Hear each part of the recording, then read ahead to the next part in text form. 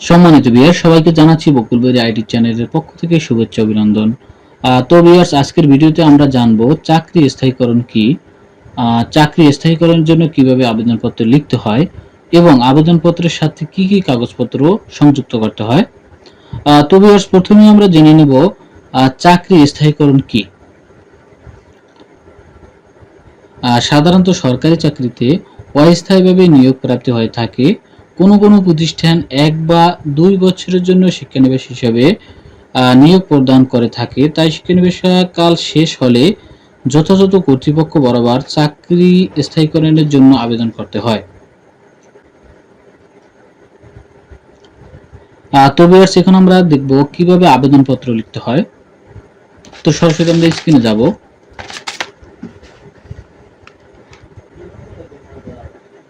তো ভিউয়ার্স, এখন আমরা দেখব আবেদনপত্রটি কিভাবে লিখতে হয়।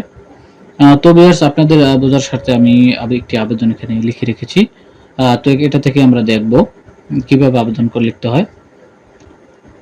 প্রথমত এখানে লিখবেন তারিখ। আমি এখানে ডট ডট দিয়ে রেখেছি, অর্থাৎ আপনারা আবেদনটি অফিসে যেই তারিখ জমা দেবেন ওই দিনের তারিখটা এখানে লিখে নেবেন। তারপর আছে বরাবর জেলা প্রাথমিক শিক্ষা বিচার পটুয়াখালী। এখানে আমি পটুয়াখালী লিখেছি, যেহেতু আমার জেলা পটুয়াখালী সেক্ষেত্রে আমি পটুয়াখালী লিখেছি। তো আপনাদের যে জেলাটা এখানে লিখে নেবেন। তারপর নিচে আসবো।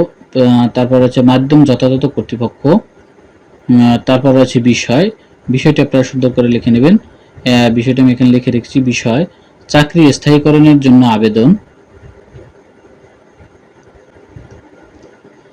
তারপর হচ্ছে মহোদয়, যথাবিধ সম্মান প্রদর্শন পূর্বক বিনীত নিবেদন এই যে আমি নিম্ন স্বাক্ষরকারী পটুয়াখালী জেলাধীন গলাচিপা উপজেলার, যেহেতু আমাদের জেলা পটুয়াখালী, এখানে আমি পটুয়াখালী রেখেছি। তারপর হচ্ছে গলাচিপা উপজেলা, আমাদের উপজেলার নাম গলাচিপা, সেহেতু আমি গলাচিপা লিখেছি। এখানে আপনাদের জেলা উপজেলা যে নাম এটা এখানে লিখে নেবেন উপজেলার। তারপর হচ্ছে ডট ডট দেওয়া আছে, এখানে আপনাদের প্রতিষ্ঠানের নাম লিখবেন। সরকারি প্রাথমিক বিদ্যালয়ে বিগত কত তারিখ, এখানে ডট ডট আছে আপনাদের যোগদানের তারিখ। বিগত এত খ্রিস্টাব্দ তারিখে সহকারী শিক্ষক পদে যোগদান করি। ঠিক আছে। আর তারপর আছে আমার শিক্ষানিবাস কাল উত্তীর্ণ হওয়ায় চাকরি স্থায়ীকরণের প্রয়োজনীয় ব্যবস্থা গ্রহণের জন্য সবিনয়ে অনুরোধ জানাচ্ছি। এরপর আমরা নিচে যাব। তারপর হচ্ছে অতএব মহোদয়ের নিকট আকুল আবেদন চাকরি স্থায়ীকরণের অনুমোদন সহ প্রয়োজনীয় ব্যবস্থা গ্রহণে আপনার সদয় মর্জি হয়। তো ভিউয়ার্স, এভাবে আপনারা লিখে নেবেন। তারপর একটু নিচে যাব। তারপর হচ্ছে বিনীত নিবেদক, আপনার নামটা এখানে সুন্দর মতো লিখবেন। আমি এখানে ডট ডট দিয়ে রাখছি। তারপর হচ্ছে সহকারী শিক্ষক প্রতিষ্ঠানের নাম, অর্থাৎ আপনি প্রতিষ্ঠানের নাম লিখে সরকারি প্রাথমিক বিদ্যালয় উপজেলা লিখবেন, জেলা লিখবেন উপজেলা গলাচিপা, জেলা পটুয়াখালী, যেহেতু আমারটা এখানে লিখে রেখেছি। আপনাদেরটা এখানে লিখবেন, আপনাদের উপজেলা যেটা সেটা এখানে লিখবেন, আবার জেলা যেটা এটা এখানে লিখবেন। তো ভিউয়ার্স, এখন আমরা দেখব এই আবেদনপত্রের সাথে কি কি কাগজ সংযুক্ত করতে হবে।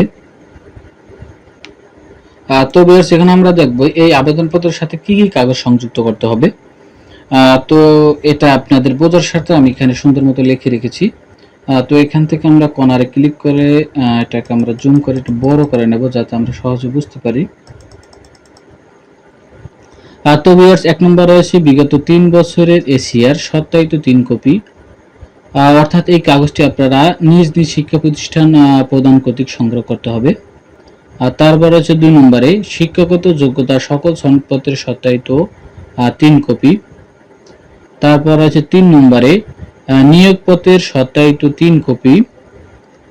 তারপর হচ্ছে 4 নম্বরে যোগদানপত্রের সত্যায়িত 3 কপি। তারপর 5 নম্বরে আছে ভোটার আইডি কার্ডের সত্যায়িত 3 কপি। এরপর আছে 6 নম্বরে নাগরিকতা সনদের সত্যায়িত 3 কপি। তারপর 7 নম্বরে আছে পুলিশ ভেরিফিকেশন রিপোর্টের সত্যায়িত 3 কপি। তো ভিউয়ার্স, এভাবে আপনারা আবেদনটি লিখে উক্ত সংযুক্ত কাগজপত্র সঠিকভাবে সংগ্রহ করে আবেদনপত্রের সাথে জমা দিবেন। তো ভিউয়ার্স, চাকরি স্থায়ীকরণ সংক্রান্ত যদি কোনো প্রশ্ন থাকে অবশ্যই কমেন্ট করে জানাবেন, আমি আপনাদের সঠিক তথ্য দেওয়ার চেষ্টা করব। আর ভিডিওটি ভালো লাগলে অবশ্যই সাবস্ক্রাইব করে আমার চ্যানেলের পাশে থাকবেন। সবাইকে ধন্যবাদ। আসসালামু আলাইকুম।